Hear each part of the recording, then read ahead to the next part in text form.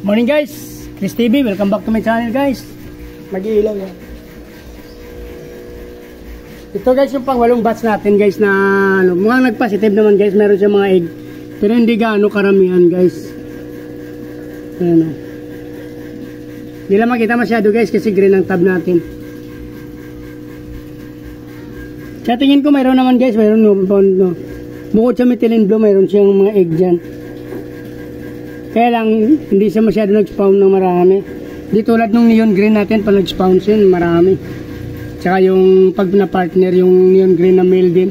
So, parehas. Yung female na lang natira sa atin, yung ating male na wala na. Tumalon natin, hindi ko alam, hindi ko na siya napansin. Ngayon, may problema na naman ako sa male, guys. Yan na naman. Namatay na lang yung isa. Kasi ito, guys, matapang to. Napakabuli na female to. Pinahabol niya, saka kinakagat-kagat yung ipapartner sa kanya. Buti itong isa matibay to. Nabuhay pa. Balak ko pa naman sana magdagdag ng isang eggs pa dyan.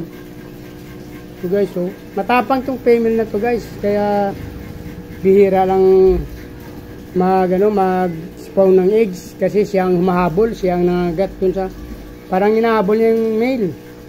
Pagka yung green sana noon, yung hindi nawala, yun sana yung kaya siyang, hindi niya kayang bulihin. Matapang yun, palaban, kaya takot siya doon. Yung mga male na naiwan, yun, pinatay niya yung isaw. Hindi ko lang guys kung ano ang kaproblema, kasi kanina gumigilid ko siya. Nakikita ako. Nawala na siya talaga din, nangininga guys, kawawa, sayang. Sana lang yung male natin ngayon guys, yan na lang. Mayroon tayo doon mga future breeder. So, since next month pa, sana yun, ma-breed, magamit. Since maliliit pa sila. Mag-try ako kumuha doon ng isa pa kung mayroon na pwede doon mag-breed. Pero bata pa kasi yung mga nandun sa taas. Marami sana yun ako doon future breeder, pero hindi pa sila gaanong adult guys. So, ibabalik na natin to guys sa kanilang ano. I-acclimate ko muna sila kahit 10 minutes na lang guys sa kanilang lugar. Mga pwesto. So, bago natin bitawan mamaya, kuha tayo ng isang female dyan, ano? Isang female na blue din na buntis. Mamimili tayo dyan. So guys, oh, ating mga halo-halo to guys, parang chapso kasi mayroon nanganganak na muli. Yung nanganak na muli, 7. Mayroon gapi, mayroon black muli na, balon muli na black guys. Pinagalo-halo ko muna sila dyan.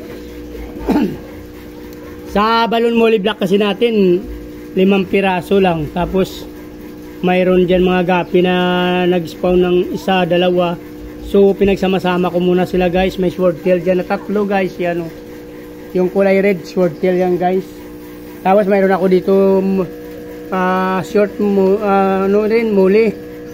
muli na short body guys. Yan, oh. Ilang piraso lang kasi yan, 3. Sineparate ko na lang sila kasi maliliit pa para hindi sila mabulit, makakain na maayos. Dito kasi marami na sila masyado guys, hindi ko natin nagsama. Antayin na lang natin ito lumaki ito, walay natin yung swordtail saka yung balon molly. Kasi out ko to yung mga muli na mga huli to guys. So, kasi mayroon ako dun future breeder na marami na. Sineparate ko yung may future breeder ako na white, may future breeder din tayo dun na black. Pero yung balon molly na to guys, gawin natin to na breeder, future breeder din. Kasi ilang piraso lang to sila guys, oh. No, parang 4 na lang nga pala to. Kala ko 5. Ayun guys, so mga balon muli natin. 5 to pala guys. Meron pa dun sa kabila na isa. Nakahiwalay din yung isa doon. So, please like, follow, subscribe na lang guys para another content. Sa hindi pa nakasubscribe. Saka sa mga comment down below lang. Sa mga suggestion nyo guys, please comment down below na lang. Saka sa makapanood dito at may gusto na magkaroon ng alaga ng mga fish, aquarium fish. Message nyo ako guys sa aking Facebook page, sa messenger ko guys. PM nyo ako doon guys. Kung sinong gusto mag-avail. Meron tayo mga in-out na gapi, muli. Tsaka danyo guys, marami na. Hindi pa ganong malaki pero next week pwede na ito guys. So maraming salamat. Please like, follow, subscribe. Sama subscribe ko, maraming salamat.